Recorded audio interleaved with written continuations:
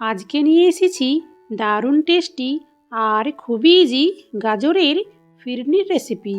নমস্কার, দোলনস কিচেনে সবাইকে স্বাগত জানিয়ে শুরু করছি আবারও একটা ডেজার্টের রেসিপি।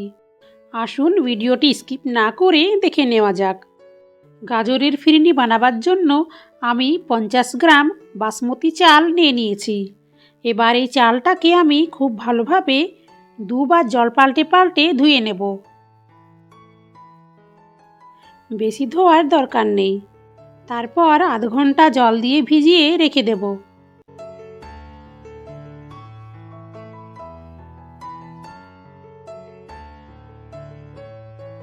আধ ঘন্টা পর একটা ছাঁকনিতে চালের যে জলটা আছে সেটা ছেঁকে নেব।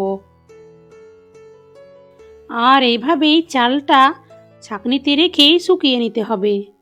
আপনারা চাইলে সুতির কাপড়ের উপর চালটা রেখেও শুকিয়ে নিতে পারেন বা একটু রোদে রেখেও শুকিয়ে নিতে পারেন। দেখুন, আধ ঘন্টা পর চালের জলটা একেবারেই শুকিয়ে গেছে। এবার শুকনো করে নেওয়া চালটা আমি একটা মিক্সিং গ্রাইন্ডারের মধ্যে দিয়ে গ্রাইন্ড করে নেব। কিন্তু একেবারে মিহি গুঁড়ো করব না, একটু দানা দানা রেখেই গুঁড়ো করে নিতে হবে। দেখুন, এইভাবে একটু দানা দানা রেখে আমি গুঁড়ো করে নিয়েছি। এখন চালের গুঁড়োটা আমি এক সাইডে রেখে দিচ্ছি।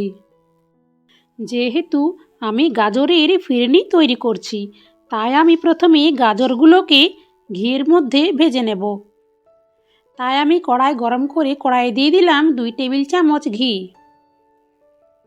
আর দিয়ে দিচ্ছি 1 বাটি গ্রেট করে নেওয়া গাজর।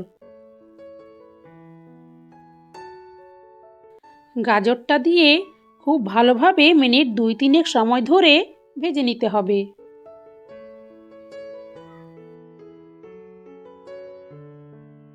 গাজর ভাজা হয়ে গেলে গাজরগুলো অন্য একটা পাত্রে তুলে রেখে দিচ্ছি।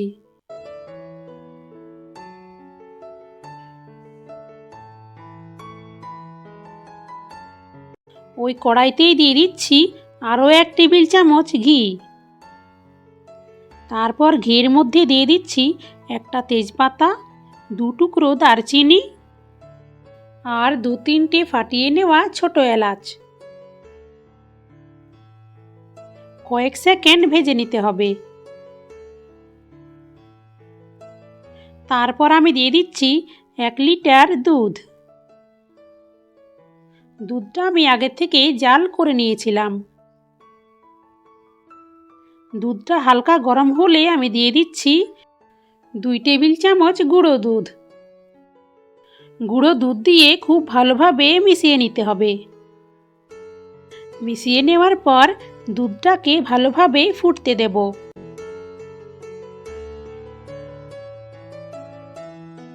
দেখুন, দুধটা ফুটে এসেছে। এবার আমি গুঁড়ো করে নেওয়া চালটা দিয়ে দিচ্ছি।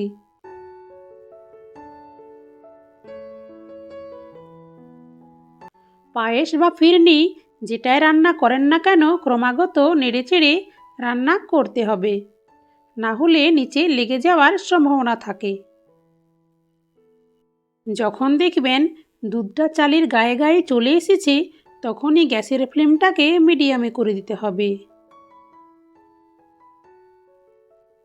এতক্ষণে চালটাও প্রায় সেদ্ধ হয়ে এসেছে।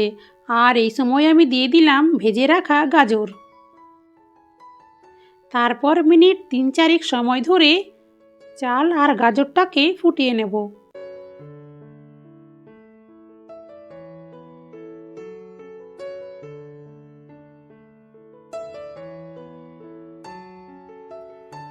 কিছু পরিমাণে দিয়ে দিচ্ছি কিশমিশ আর কুচিয়ে নেওয়া কাজু আর কাঠবাদাম দিয়ে ভালোভাবে মিশিয়ে দিচ্ছি।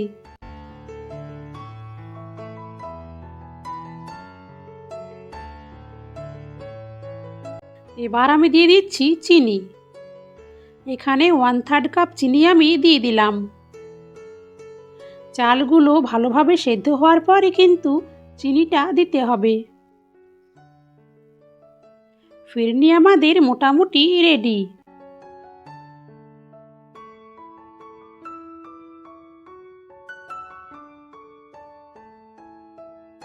এখানে ফিরনির ঘনত্বটা দেখুন।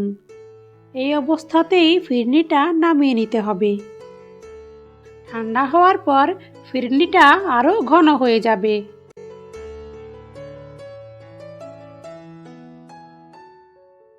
তবে নামানোর আগে দিয়ে দিচ্ছি 1 চামচ কেওড়ার জল আর 1 চামচ ঘি। এবার ফিরনিটা যে পাত্রের মধ্যে সার্ভ করবেন গরমেই সেই পাত্রের মধ্যে নিয়ে নেবেন। এতে ঠান্ডা হওয়ার সাথে সাথেই উপরে খুব সুন্দর একটা লেয়ার হয়, সেটা দেখতেও সুন্দর হয় আর খেতেও ভালো হয়। রেসিপিটি কেমন লেগেছে জানাতে একদম ভুলবেন না। ফিরে আসছি অন্য কোনো রেসিপি নিয়ে। ধন্যবাদ।